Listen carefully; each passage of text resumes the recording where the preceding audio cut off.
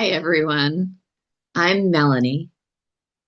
As a chiropractor and nutritionist, I have always approached language not just as a set of rules, but as a biological process.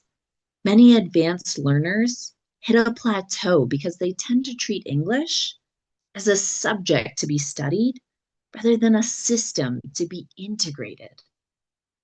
Today, we're analyzing the biology of language. We're looking at the neurological blueprint that determines whether you're just knowing English or actually owning it.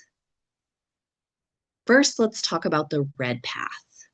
This uses the prefrontal cortex as well as other parts of the brain. This is when you're overanalyzing syntax or double checking verb tenses in your head. You're creating massive cognitive friction that heats up the brain. It's an inefficient, high energy process. If you rely on this pathway to speak, your delivery will always feel clunky and forced. You're effectively bottlenecking your own fluency. True fluency happens with this blue path. This involves the subconscious acquisition centers, where the brain performs statistical learning. It's identifying patterns and frequencies without your conscious permission.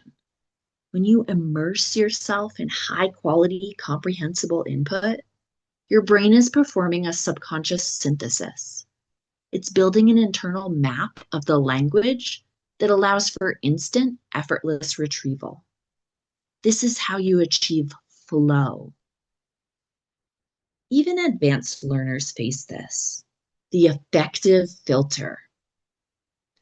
When you feel a sense of performance anxiety or frustration, your brain triggers a neurological inhibitory response.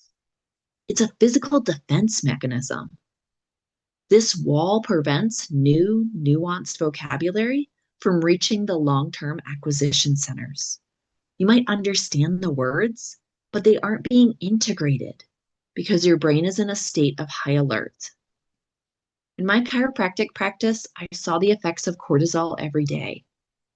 Cortisol is the primary stress hormone, and it creates tension throughout the body, and it's the enemy of neuroplasticity, which is the flexibility of the brain, its ability to incorporate new information.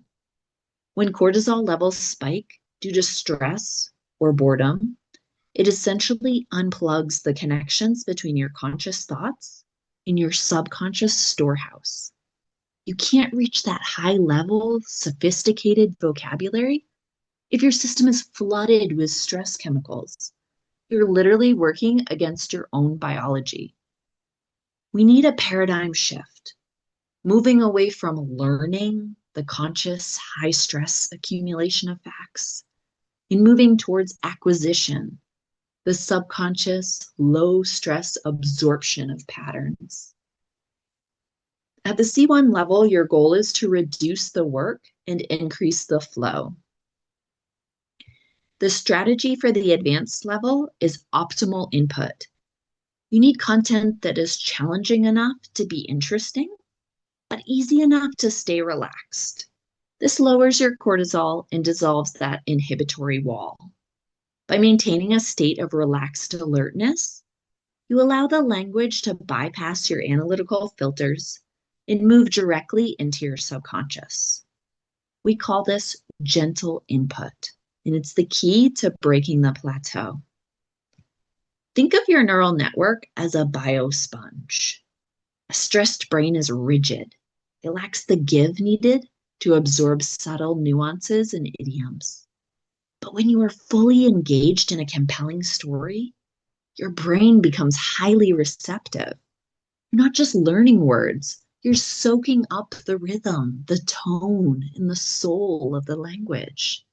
This is how you move from advanced to native-like. This leads to integrated fluency.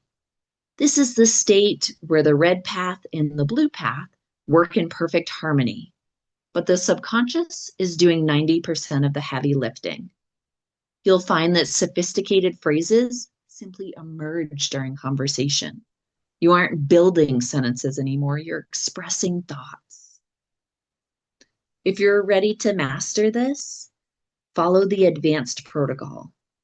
Step 1, eliminate the friction. Stop the grammar drills.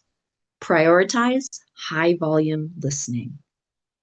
Trust your subconscious. Engage with my series.